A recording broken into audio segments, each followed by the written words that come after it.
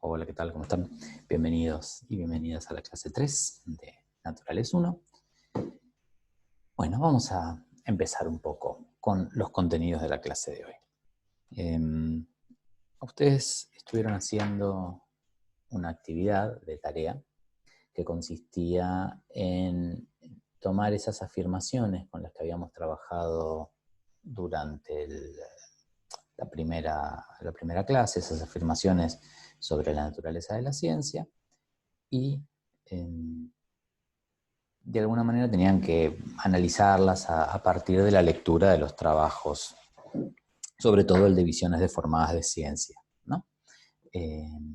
Entonces yo les había pedido que ustedes tomaran la mayor cantidad que pudieran de esas frases, intentando encontrar algunas visiones deformadas de ciencia que uno pudiera reconocer en algunas de ellas, ¿sí? No en todas van a poder reconocer visiones deformadas de ciencia porque las frases estaban elegidas a propósito, de forma tal de que algunas tuvieran alguna visión deformada de ciencia y otras no. Entonces, la idea es ver si podemos, ahora que hemos estado leyendo un poco, identificar en cuáles sí y en cuáles no.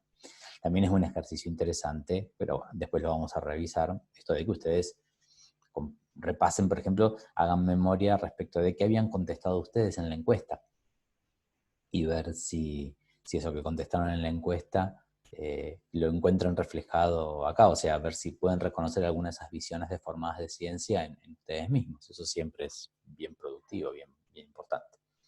Pero entonces, la primera parte de la clase va a ser un repasito rápido de eso, como para que ustedes puedan chequear lo que han estado haciendo, ¿sí? Yo acá lo que hice fue, ya para ser más práctico directamente, fíjense, en la diapositiva tenemos fíjense el mouse, ¿no? Tenemos las imágenes de ciencia resumidas, las que aparecen en el artículo, y yo ya acá seleccioné con los números tal como están en la página web, cuáles son las afirmaciones que se corresponden con algunas de estas posiciones, ¿no? Por ejemplo, acá yo seleccioné que las frases 4, 6 y 12 se corresponden con esta primera concepción, la concepción empiro-inductivista y ateórica, ¿sí? Ustedes puede suceder que hayan encontrado cosas más complejas, ¿eh? Yo acá estoy haciendo como un análisis muy base, de forma tal de que todos lo puedan seguir, pero alguna por ahí encontró algo más interesante todavía, y después les voy a pedir que lo comenten a eso. Bueno, fíjense, ¿no? Por ejemplo, la afirmación 4 que dice que el observador científico no debe actuar bajo la influencia de las teorías previas sobre el problema investigado, ¿sí? O la 6, ¿no? Toda investigación científica comienza por la observación sistemática del fenómeno estudiado, ¿sí? O la 12, a través del experimento el investigador comprueba si la hipótesis es verdadera o es falsa, ¿no? En general, ¿se acuerdan, no? Que la concepción empiro-inductivista básicamente lo que hacía era sobrevalorizar el poder de la experimentación, de la observación, sobre todo esta idea de que uno puede hacer experimentación y observación de manera neutral, o sea, sin estar influido por otras cosas, por sus hipótesis previas, por sus marcos teóricos. Y una cosa que quizás no queda tan obvia, pero si ustedes releen el trabajo que tenían para leer de tarea en la clase anterior, ¿no? el de visiones deformadas, hay, ahora prestando la atención a este punto en particular, una de las ideas que fuertemente están detrás de esta concepción empiro-inductivista es la idea de que finalmente lo que hacemos cuando tenemos una teoría científica y hacemos un experimento para intentar contrastarla, lo que obtenemos es la comprobación de que esa teoría era cierta, de que esa teoría era correcta, ¿sí? O sea, la idea de que el conocimiento científico es conocimiento verdadero, que está demostrado que es de esa forma. Esa es una de las principales visiones deformadas de ciencia, lo hemos charlado un poquito la vez pasada, ¿no? Vamos a seguir construyéndolo todo a lo largo de esta materia. La ciencia construye un tipo de conocimiento que tiene ciertas características que pueden ser positivas o no, eso lo podemos charlar en otro momento, pero no, construye un tipo de conocimiento que tiene ciertas características que lo transforman en un conocimiento muy útil, ¿sí? Nos permite actuar sobre el mundo, ese conocimiento científico, nos permite desarrollar tecnología, no sé, tengo un celular, y este celular funciona porque hay principios de ciencia y tecnología que están haciendo, que me están permitiendo que esto funcione, nos estamos comunicando usando Internet, así que el conocimiento científico tiene consecuencias concretas y útiles en muchos casos es innegable. Ahora, que eso signifique que el conocimiento científico es verdadero y que cuando yo hago un experimento estoy confirmando sin ningún tipo de duda que eso que dije es así y no de otra manera, eso es una visión deformada. Que en la propia clase de hoy ya van a aparecer algunos elementos que les van a permitir a ustedes poner en duda esta afirmación. Otra, fíjense que cambiamos de concepción. La concepción esta que hablaba de una actividad científica rígida, una visión rígida de la actividad científica. Normalmente esta visión rígida de la actividad científica viene asociada fundamentalmente a, o bien, esta existencia de un método científico bien estricto que me dice tenés que hacer esto, después tenés que hacer esto, después tenés que hacer esto, y si haces todo eso bien, entonces vas a llegar a la verdad. Eso es por un lado. Y por otro lado, esta idea de que en esa concepción rígida entonces no hay lugar para la creatividad, no hay lugar para la inventiva, no hay lugar para el error, no hay lugar para tener en cuenta que por ahí ese modelo, esa teoría que uno está teniendo es un modelo, lo que se llama local, o sea, sirve para describir algunas situaciones y no sirve para describir todas. Bueno, son cosas que hay que ir analizando. Entonces, bueno, las afirmaciones que de alguna manera corresponden con esta concepción son estas que seleccioné acá, ¿no? La 1, la 5 y la 10. ¿Sí? Algunas son más o menos evidentes, otras por ahí no tanto. Pero bueno, esto, fíjense, a ver, la 1 y la 10 básicamente dicen lo mismo, ¿no? La 1 dice que una teoría científica que ha sido obtenida al final de un proceso metodológico riguroso es un reflejo cierto, o sea, es un reflejo real de la realidad, mientras que la 10 dice que la metodología científica garantiza la objetividad en el estudio de la realidad, o sea, dicen cosas bastante parecidas, ¿sí? Bueno, y el 5 directamente me lista los pasos del método científico como si eso fuera lo único que se puede hacer. Noten además que la 5 también la podríamos haber puesto como perteneciente a la categoría anterior, porque empieza, fíjense, de las 4 cosas que menciona, 2 son las que están en el punto anterior, ¿no? La observación y la experimentación, y de hecho empieza hablando de observación como que eso es lo primero. Bien. Y finalmente, esta era bastante obvia porque casi como que lo dice directamente, la frase 14, que proponía esta idea de que el conocimiento científico ha evolucionado de una manera continua, acumulando teorías verdaderas, ¿no? Lo que la concepción llamaba la visión meramente acumulativa. Que si ustedes recuerdan, la visión meramente acumulativa se puede de alguna manera vincular, déjenme ver si se los puedo marcar, se puede de alguna manera vincular con también la... no me está saliendo. Aquí. Bueno, no es mi día con la tecnología hoy. No importa.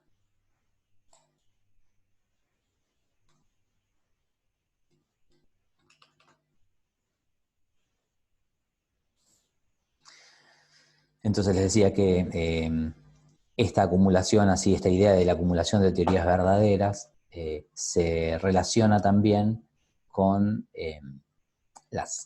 con esta de acá, ¿no? Con la aproblemática, con la concepción aproblemática y ahistórica. O sea, esta idea de que no estamos viendo cuáles son los problemas que dan origen al conocimiento científico, no estamos analizando cuál es el contexto en el que ese conocimiento ha sido generado. Entonces, desconocemos porque no nos lo presentan al ser una visión ahistórica, o sea, donde no hay presente la historia, desconocemos que para llegar a esa teoría probablemente hubo en el medio discusiones entre teorías rivales que algunas terminaron siendo descartadas. De hecho, en la historia de la ciencia está repleto de teorías que con el tiempo terminan siendo descartadas, pero que durante alguna época son tomadas como aceptables, son aceptadas, ¿sí? Tenemos muchas teorías de ese estilo, ¿no? En algún momento se creía que la Tierra era el centro del universo. Y nada, y la astronomía funcionaba con esa teoría hasta que hubo nuevas observaciones y nuevos marcos y nuevos modelos que planteaban cosas distintas. Y hoy ya no creemos eso. Entonces esto de, al no tener esa visión histórica, nos da como la sensación de que la ciencia es una acumulación de teorías verdaderas, pues se acuerdan que el problema de esto era que cuando nos enseñan ciencia en la escuela, nos muestran las teorías exitosas. Entonces, el que no conoce toda la historia, la sensación que le queda es, bueno, entonces la ciencia es una sucesión de teorías exitosas. No me muestran todos los otros caminos y todas las otras cosas que ocurrieron. Bueno, entonces con esto hacemos así como este resumen. Esto es simplemente para que ustedes pudieran contrastar los que ya habían contestado. Entonces acá lo que yo les voy a pedir que hagan esto que dice en la pantalla. Les voy a pedir que pausen el video, ¿sí? Contesten, o no hace falta que lo contesten por escrito, pero sí que pausen el video y se tomen un minuto para hacer esto que les plantea la consigna. Y que recién cuando terminen de hacer esto, despausen, saquen la pausa del video y sigan. Porque ya después de esta diapositiva empiezo con otro tema. Entonces está bueno tomarse un minuto para hacer. Lo que yo les voy a pedir, fíjense, es lo que dice acá, que comparen estas cosas que les acabo de mostrar con las respuestas que ustedes dieron la clase pasada en la actividad número 6. Compárenlas, ¿sí? A ver si ustedes respondieron lo mismo, si encontraron cosas parecidas a las que encontré yo, si encontraron cosas distintas, ¿sí? Nada, no es solamente para que ustedes corrijan lo que hicieron, también es para que ustedes marquen, porque me pueden comentar algo a mí, después por ahí me pueden contar, ¿y no será que la afirmación 8 también era tal cosa, porque a mí se me ocurrió esto, porque a mí se me ocurrió esto otro? Y podría ser perfectamente, ¿sí? También puede ser que no les quede claro por qué yo puse algunas de estas opciones en alguna de esas categorías, o ustedes por ahí la hubieran puesto en otra, o por ahí les queda duda, ¿qué pasa con las frases que no aparecieron acá? Las frases que no aparecieron acá, yo a priori es porque entendí que no correspondían con una de esas visiones deformadas de ciencia, pero ustedes por ahí me pueden decir, pero mira, la frase, no sé, número 11, para mí tiene tal característica. Bueno, todo eso está perfecto, tomen nota de eso, así lo podemos charlar, ¿sí? Pero bueno, nada, hagan esto, pongan en pausa y avancen recién cuando hayan hecho eso, porque ahora ya largamos con otra cosa. Bien, la próxima diapositiva ya asumo que estamos en el otro tema.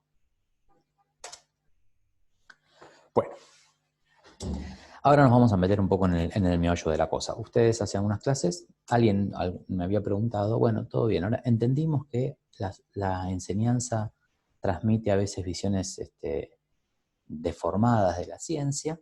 Muchas veces eso tiene que ver con que nosotros mismos, docentes, tenemos esas visiones deformadas de ciencia porque son comunes en la sociedad, o sea, las tenemos, mucha gente las tiene y formamos parte de ese conjunto.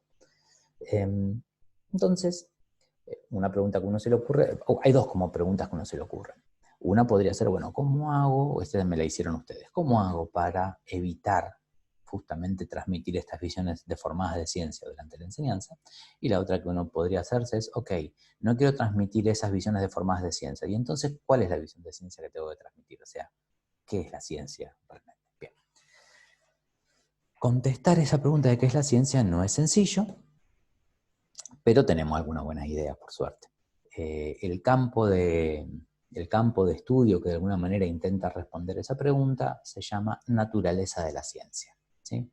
El campo de estudio de naturaleza de la ciencia intenta de alguna manera caracterizar de qué se trata la ciencia, cuáles son sus principales formas de construir conocimiento y bueno, una serie de cuestiones que están alrededor. Nosotros ahora nos vamos a meter en esto, en este capítulo de naturaleza de la ciencia. Fíjense, yo acá puse una cierta cantidad de imágenes, ¿no? Tenemos una foto del Sol, dos modelos, un modelo sobre el interior de la Tierra, un modelo sobre el interior del Sol, el modelo atómico, una imagen de dinosaurios. Por ejemplo, no sé, sobre la primera de las imágenes, esta que está acá.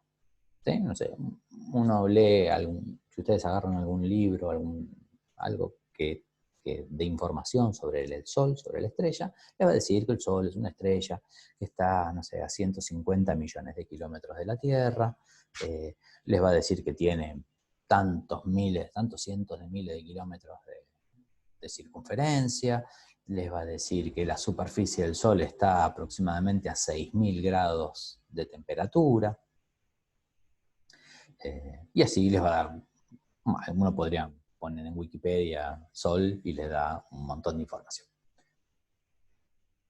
Acá, en la siguiente imagen, esta que está acá abajo, da un paso más todavía, porque lo que es básicamente es un dibujo que pretende mostrar no solo con cosas que yo veo de la superficie del Sol, sino si yo pudiera meterme adentro del Sol, cómo vería la estructuración interna de la estrella. ¿Sí? Algo parecido sucede con esto, ¿no? Si yo pudiera meterme en el interior de la Tierra, ¿cómo vería la estructura interna de la Tierra? Bueno, acá lo mismo, un modelo atómico, y ahora vamos a hablar algunas cosas de esta imagen acá de los dinosaurios. Ahora, yo me pregunto, y les pregunto a ustedes, nadie fue hasta el Sol, ¿no? ¿Cómo sabemos que el Sol está a 150 millones de kilómetros? ¿Cómo medimos esta distancia? ¿Cómo sabemos que la superficie del Sol está a 6.000 grados? ¿De dónde sacamos ese número? Porque, ¿cómo se nos ocurre que hay 6.000 grados acá en la superficie del Sol? O peor todavía, los modelos que tenemos hoy en día nos dicen que en el centro del Sol hay 15 millones de grados de temperatura, ¿no? De grados Celsius. ¿De dónde sacamos esos números? No solo nunca llegamos hasta la superficie del Sol, imagínense que mucho menos llegamos del centro del Sol para ver qué es lo que hay. ¿Sí? ¿Cómo sabemos la distancia? ¿Cómo sabemos estas cosas? La Tierra. ¿Sí? Tenemos estas clásicas imágenes que están en la mayoría de los manuales, cómo es el interior de la Tierra. Yo les tiro ahora un dato que después vamos a ver un poco más. La Tierra tiene un diámetro, o sea, la distancia desde el centro de la Tierra hasta la superficie de la Tierra, de 6.000 kilómetros. ¿Sí? O sea, un radio, perdón, no un diámetro, un radio de 6.000 kilómetros. ¿Sí? O sea, acá, esta distancia que estoy marcando con el mouse, no sé si lo ven en este momento, desde el centro de la Tierra hasta la superficie, son 6.000 kilómetros. 6.000, ¿sí? El pozo más profundo que los seres humanos hemos logrado cavar en la Tierra, el más profundo de la historia, ¿sí? No llega a 20 kilómetros.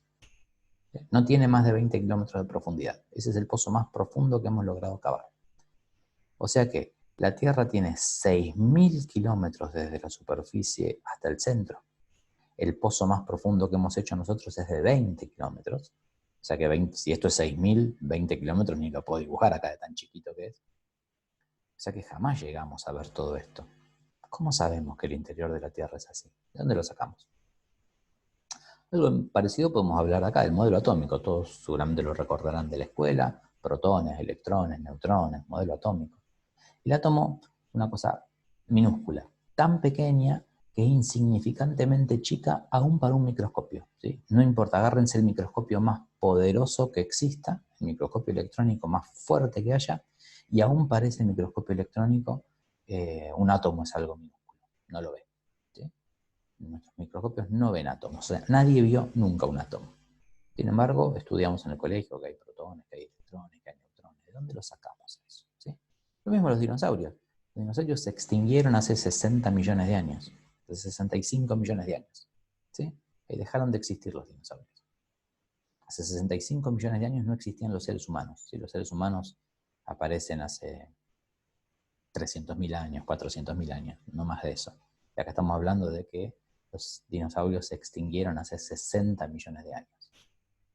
¿Cómo sabemos que eran así los dinosaurios? ¿De dónde sacamos la idea de que esto es un dinosaurio?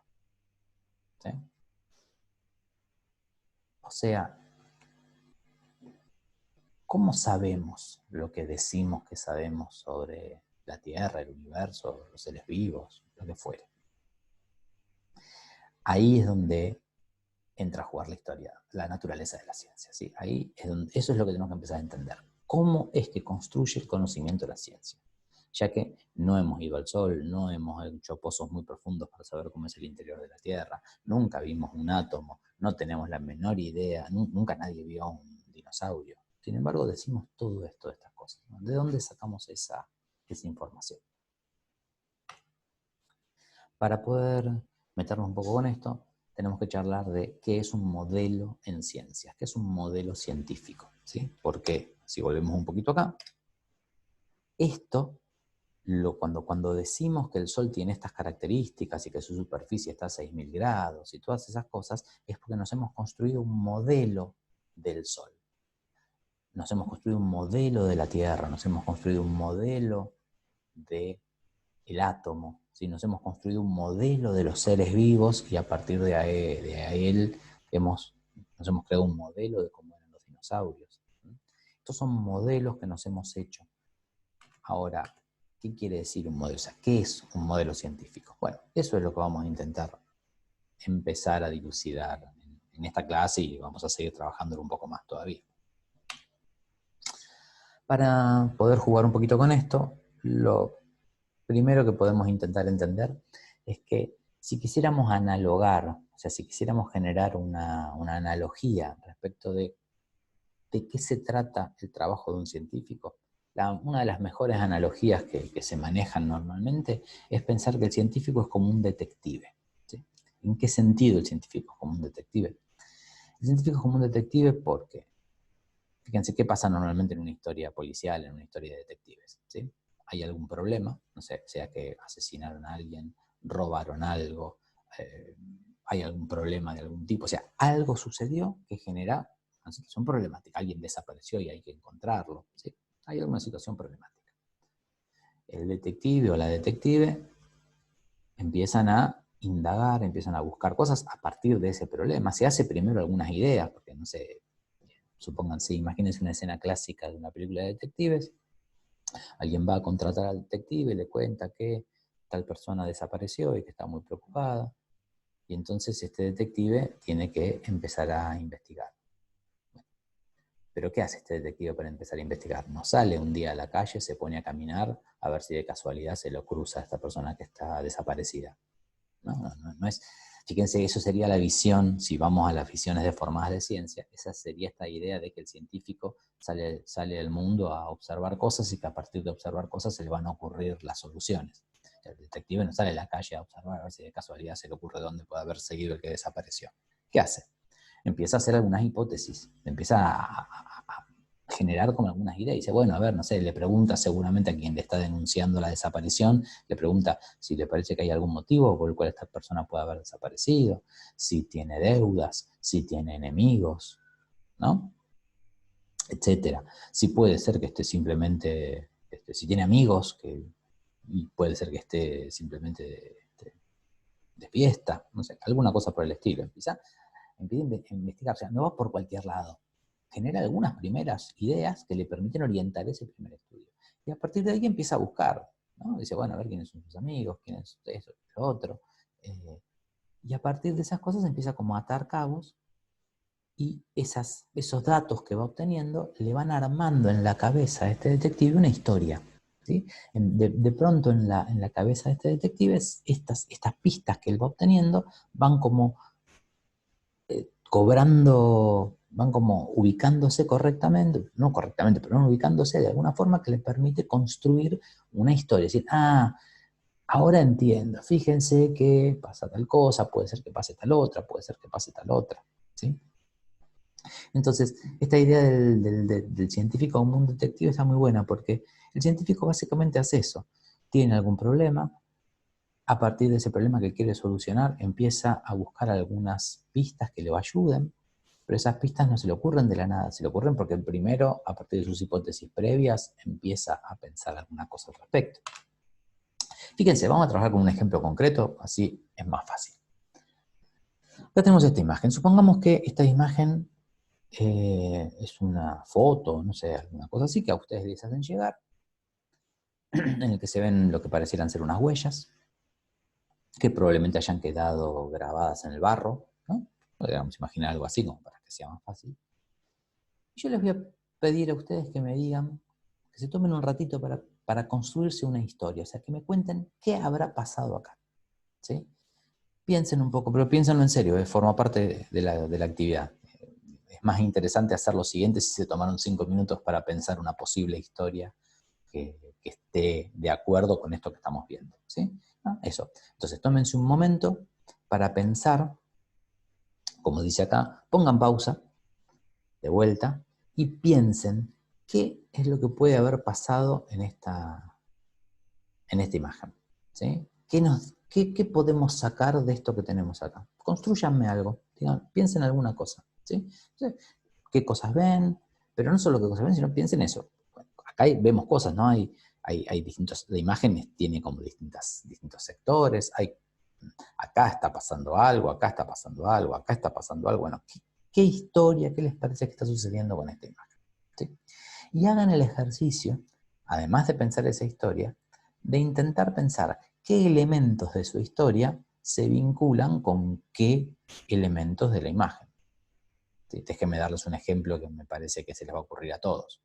Si ustedes me dicen que las huellas que ustedes ven acá, o sea, que en su idea de lo que va a pasar acá hay dos animales distintos, yo les diría, ok, vos decís que hay dos animales distintos. ¿Cuál es el elemento en este dibujo, en esta imagen, que a vos te hace pensar que hay dos animales, te hace pensar que hay dos animales distintos? Entonces me vas a decir, y yo veo que hay acá un juego de huellas, y veo que acá hay un juego de huellas distinto, que tiene otro tamaño, que tiene otra forma. Así que para mí son dos animales distintos los que están acá. Entonces uno tiene una idea, y esa idea la puede apoyar de alguna manera en algún elemento de esta imagen. Bueno, eso es lo que yo les pido que hagan.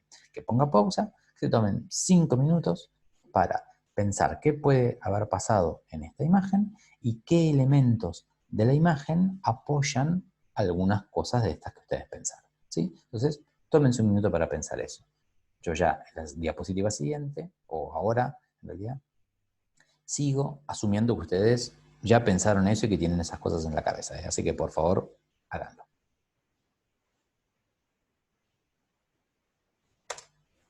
Bien, entonces ahora supongo que ustedes cumplieron la tarea, les pido que en serio la hagan. Si no la hicieron todavía, vuelvan un minutito para atrás y háganla. Fíjense, yo les voy a mostrar algunas, les voy a contar, no sé, algunas posibles cosas que a uno se le podrían haber ocurrido. A ustedes se les pueden haber ocurrido cosas muy distintas. Por ejemplo, a mí se me podría haber ocurrido que efectivamente acá hay dos animales distintos, ¿sí? Por el tamaño de las pisadas, yo me animaría a decir que este es un animal pequeño y que este es un animal más grande, ¿sí? Por la distancia a la que están ubicadas las pisadas, yo diría que este venía más o menos caminando, siempre al mismo ritmo, toda esta parte siempre al mismo ritmo, mientras que este otro, acá parecía que venía caminando, porque sus pisadas están cerquita, pero acá las pisadas empiezan a estar cada vez más lejos, con lo cual yo imagino que acá, por ejemplo, empezó a correr. Probablemente, ¿qué me imagino yo? Me imagino que este animal más grande es un depredador, mientras que este animal más pequeño es una presa, que el animal grande venía caminando por acá y cuando llegó a este punto vio a su presa y entonces ahí empezó a correr para intentar capturarla, para intentar agarrarla.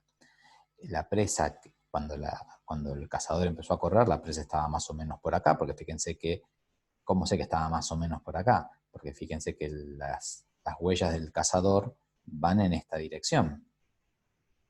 No van en esta dirección, no empiezan a venir para acá, van en esta dirección. Entonces, si están en esta dirección, yo entiendo que debe ser que cuando vio a la presa está efectivamente por acá.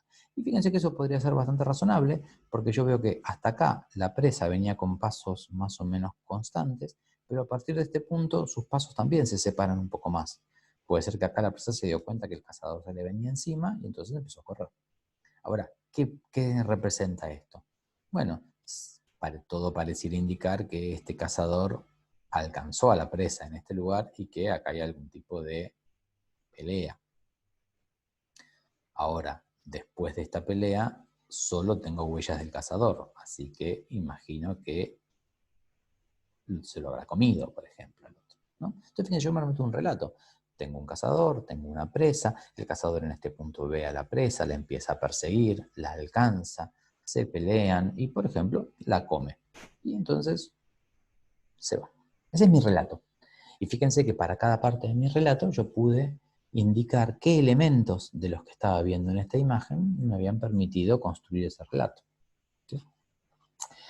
¿Vamos bien? ¿A alguno de ustedes se les había ocurrido un relato parecido? Bien. Ahora, probablemente no es el único relato que se nos podría haber ocurrido. A alguien se le podría haber ocurrido un relato distinto. ¿Sí? Por ejemplo, les doy otro.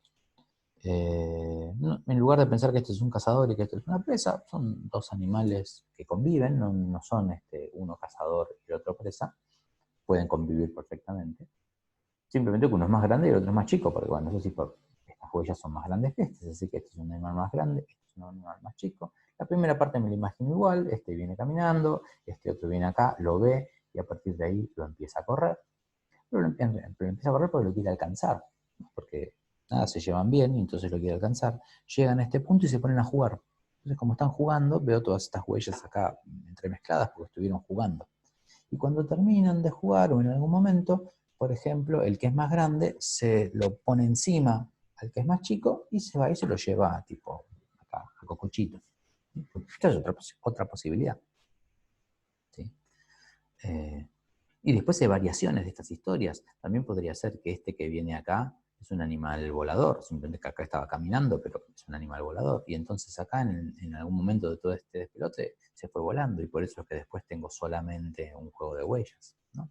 Y así como ese podríamos inventarnos un montón de historias distintas, o al menos varias historias distintas. A ustedes se les pueden haber ocurrido otras.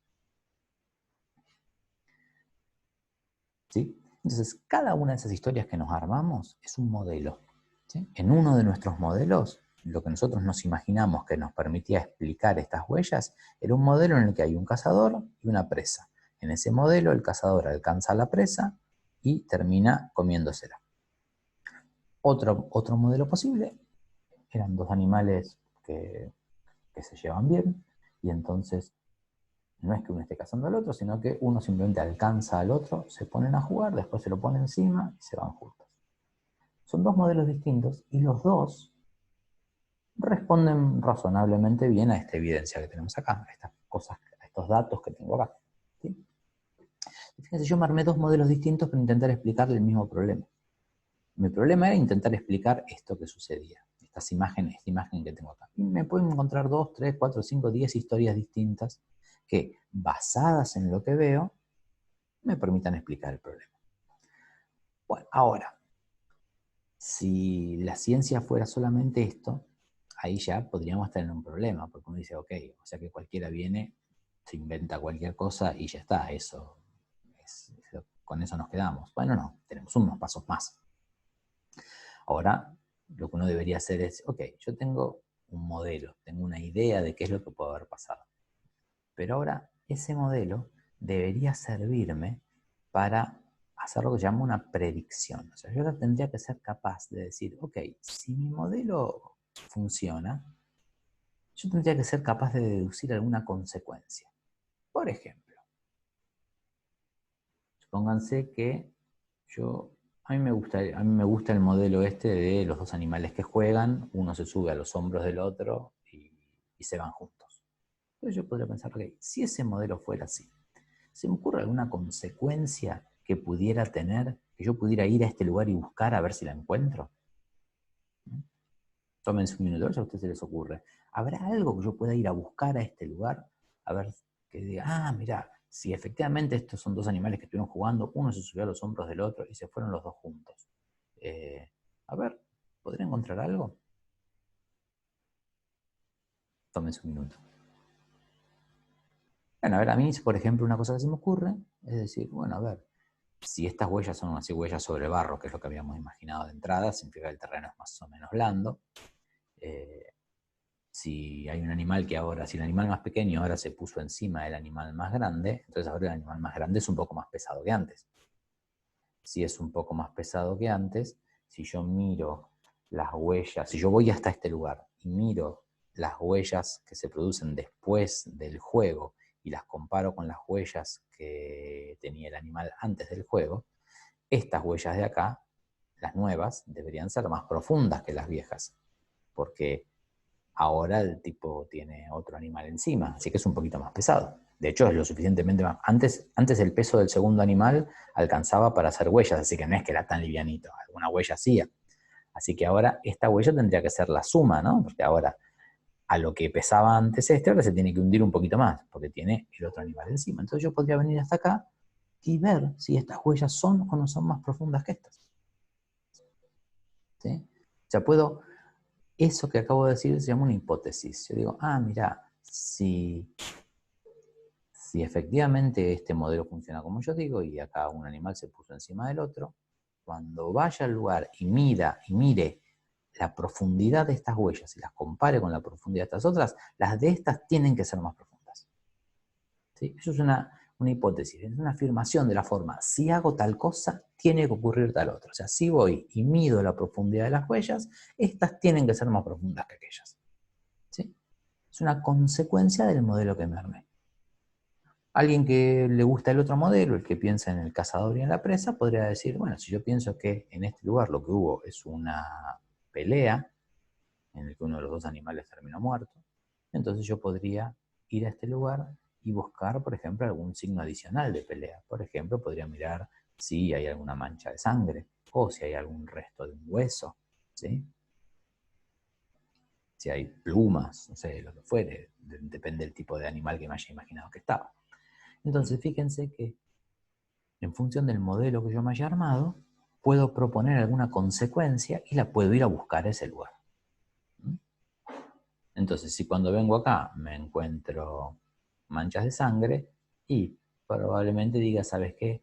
El modelo que me hablaba de dos animales que estaban jugando, por ahí ya no suena tan creíble y me tienta un poco más el otro. Entonces, fíjense, con esto termino la parte teórica y ya después les presento una actividad para que hagan ustedes. Con esto ya terminamos la clase de hoy, que es más cortita. Entonces, típicamente, esto va a ser como una especie de guía de lo que suele ocurrir en la actividad científica. Normalmente empezamos con algún problema. Ese problema, nada, es alguna situación que por algún motivo nos interesa resolver, ¿sí? Se nos ocurre algún modelo para intentar explicar lo que sucede. Y acá es lo importante. Ese modelo, ¿sí?, le da sentido al problema. Porque fíjense, en el caso de lo que vimos recién, el problema que teníamos era, tenemos que interpretar qué historia nos cuentan estas huellas. ¿Qué pasó acá? Ese era el problema. Se nos ocurrió un modelo. Por ejemplo, tenemos dos animales, uno es un cazador, el otro es una presa. Eso es un modelo, se nos ocurrió esa solución posible. Esa solución, ese modelo, fíjense lo que dice acá, le da sentido al problema. ¿De qué manera le da sentido? Le da sentido porque vincula a lo que estoy viendo, vincula ese modelo con los elementos que estoy viendo en ese lugar. Y entonces, a partir de ese momento, esos elementos se transforman en evidencia. Fíjense, ¿qué quiero decir con esto? Yo acá, de vuelta, veía huellas, veía dos líneas de huellas que se juntaban en este lugar, veía huellas que acá estaban más juntas y acá están más separadas, veo acá toda una zona en la que parece haber un gran revuelo, veo que acá hay de las dos pares de huellas que tenía inicialmente, acá me sobrevive solo uno. Esos son elementos. Ahora, estos elementos de pronto cobran significado cuando yo los integro en un modelo. Porque ahora digo, no, si yo lo que estoy pensando es que hay un cazador y hay una presa, entonces ahora que acá las huellas estén más juntas y que acá estén más separadas, tiene sentido, porque acá está caminando y acá está corriendo. Porque acá están peleando, entonces veo las huellas todas entremezcladas. Y acá uno de los dos derrotó al otro, entonces solo me sobrevive las huellas del que ganó esa pelea. ¿Sí? Entonces fíjense que estos elementos que yo estoy viendo acá cobran sentido cuando los integro en un modelo. Y entonces, a partir de ese momento de que los integre en un modelo, voy a decir que esos elementos se transformaron en evidencias. Ahora vuelvo a este problema y digo, y fíjense, evidentemente, esto es un bicho que acá estaba caminando lento y acá empezó a correr. ¿Por qué empezó a correr? Y obviamente porque vio a su presa. Y acá la presa se avivó que venía el cazador persiguiéndolo, entonces intentó escaparse, ¿sí? Es obvio que tenía que hacer eso porque se le venía el cazador encima, pero acá se ve que lo enganchó, y entonces acá se están peleando, ¿sí? Los elementos que estoy viendo de pronto cobran sentido a la luz del modelo que me armé y se transforman en evidencias de ese modelo, ¿sí? Bien, entonces una cosa que vamos a ver es que estos modelos que yo me armo, vamos a decir que tienen dos caracteres, ¿sí? Por un lado, vamos a decir, caracteres como decir que tienen dos características, ¿sí? Por un lado, tienen lo que llama un carácter explicativo, ¿sí? O sea, estos modelos, que es lo que decíamos recién, le dan sentido a las cosas que ya sabíamos. Por ejemplo, esto. Ya habíamos visto estas huellas, habíamos visto que acá estaban más separadas, que acá estaban más juntas, que estas eran más grandes, que estas eran más chicas, que acá están todas mezcladas y que acá hay solo un par de huellas. Eso ya lo habíamos visto.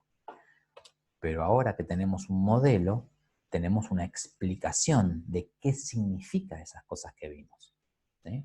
Esas cosas que vimos tienen significado porque tenemos un modelo que de alguna manera nos dice qué está ocurriendo en ese lugar. Entonces, el carácter explicativo del modelo es eso, es esas cosas que ya habíamos visto de antemano y que gracias al modelo les podemos dar un significado, ¿sí? Y que el significado que le damos cuando pensamos en el modelo cazador-presa no es el mismo significado que le damos cuando pensamos en el modelo dos animales jugando, ¿sí? Porque, por ejemplo, fíjense, el ejemplo claro es acá. Cuando estábamos en el modelo cazador-presa, esto que está acá es claramente la evidencia de una pelea. Cuando estamos en el modelo de dos animales que se llevan bien, esto que está acá es evidencia de un juego. Son cosas distintas. Y finalmente, el otro carácter que le vamos a asignar a un modelo es lo que se suele llamar carácter predictivo, ¿sí? El carácter predictivo es esta posibilidad, quiere decir, es esta posibilidad que nos dan los modelos de generar hipótesis. O sea, según el modelo, ¿qué debería pasar en este caso? ¿Sí? Es lo que decíamos recién, ¿no? Según el modelo, si yo pienso que acá lo que ocurre es que uno es un cazador y otro es una presa, ¿qué debería pasar? Si yo voy a este lugar, ¿qué debería encontrar? ¿Sí? Mientras que si yo pienso que son dos animales que jugaron y que uno se lo puso en el hombro al otro y se fueron, si voy a este lugar, ¿qué debería encontrar? O sea, según el modelo, ¿qué debería pasar en ese caso? Eso normalmente son frases que se redactan como una hipótesis. Si pasa tal cosa, entonces debería pasar tal otra. Ese es el formato clásico de una hipótesis. Y esta combinación de carácter explicativo y carácter predictivo, de alguna manera, es lo que define a un modelo en ciencias naturales. Y a los modelos en ciencias naturales les vamos a pedir que, por un lado, le den sentido a las cosas que ya habíamos visto de antemano, ya que sean explicativos respecto de las cosas que ya habíamos visto de antemano, y a su vez que sean predictivos, que me permitan elaborar alguna hipótesis respecto de lo que va a ocurrir. Ese es un punto bien fuerte en el tema este de los modelos. Normalmente esta actividad que acabamos de hacer, en lugar de contarla yo, si fuera una clase normal, la hubieran hecho ustedes hubieran armado hipótesis, hubieran armado sus modelos y hubiera sido mucho más interesante. Lamentablemente, por esta dinámica de la virtualidad, se las tengo que contar yo directamente y pierde muchísima gracia. Pero bueno, de todas maneras, ténganla en cuenta porque la actividad esta de las huellas, vamos a usarla a lo largo de toda la materia, vamos a volver varias veces a la actividad de las huellas, porque la vamos a usar como ejemplo para distintos procesos, ¿sí? Ahora, para que ustedes puedan enganchar un poquito más, porque hasta ahora simplemente se los conté yo, pero para que ustedes puedan enganchar un poquito más esto, les voy a presentar la actividad que tienen que hacer, ¿sí? Lo que sería la actividad 7 de la materia. Fíjense que los números de actividad de la materia son correlativos, ¿no? No es la actividad, no empiezo a contar de vuelta en cada clase, sino que esta va a ser la actividad 7 del total. Esta actividad consiste en lo siguiente, ¿sí? Ustedes van a entrar a la página web de la materia y se van a bajar el cuento La Patrona, ¿sí? El cuento La Patrona. Yo acá conseguí una tapa, me la bajé de internet en inglés, pero el cuento obviamente tenemos una versión en español, sí está traducido. Lo que pasa es que en español está incluido dentro de un libro más grande que tiene un compilado de muchos cuentos, entonces en la tapa en realidad no aparece el nombre de este cuento en particular. Bueno, entonces, esta es una historia, en principio no tiene nada que ver con ciencia, es un relato literario, pero van a ver que nos viene muy bien para entender este problema. Entonces ustedes van a leer este cuento, son un par de páginas, creo que son 5 páginas de cuento. Ustedes van a leer este cuento y al final del cuento hay una serie de consignas. Esas consignas yo les voy a pedir que las lean con atención y que las hagan a conciencia, ¿sí? O sea, háganlas en serio, piensen realmente las respuestas que van a dar y no se apuren a responderlas todas. Agarran, pues son creo que 5 consignas. Agarran la primera consigna y la piensan un ratito y hasta por ahí pueden tomar alguna pequeña nota de qué es lo que cómo responderían esa primera consigna, y así la segunda, después la tercera, después la cuarta. Pero no se apuren a responder, ¿sí? No las pasen una atrás de la otra. Tómense su tiempo y vayan pensándolas.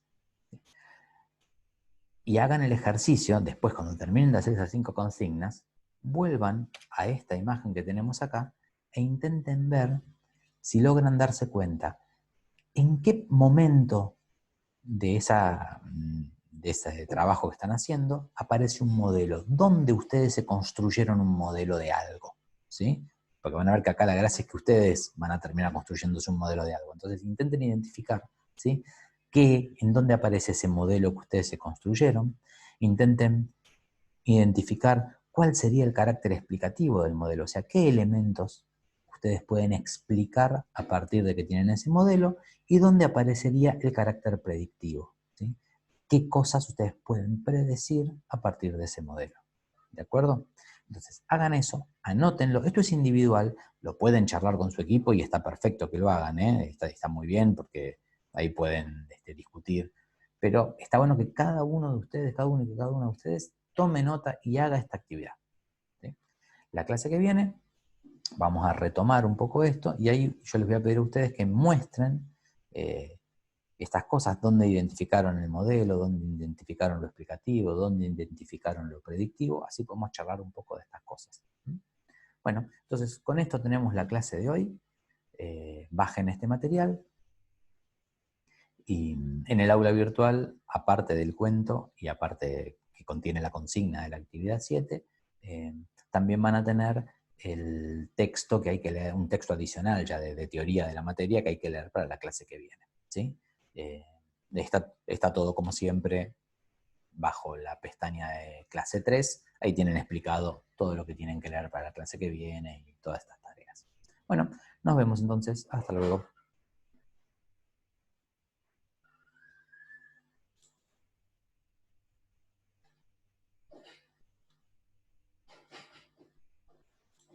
Tengo que sacar estas cosas.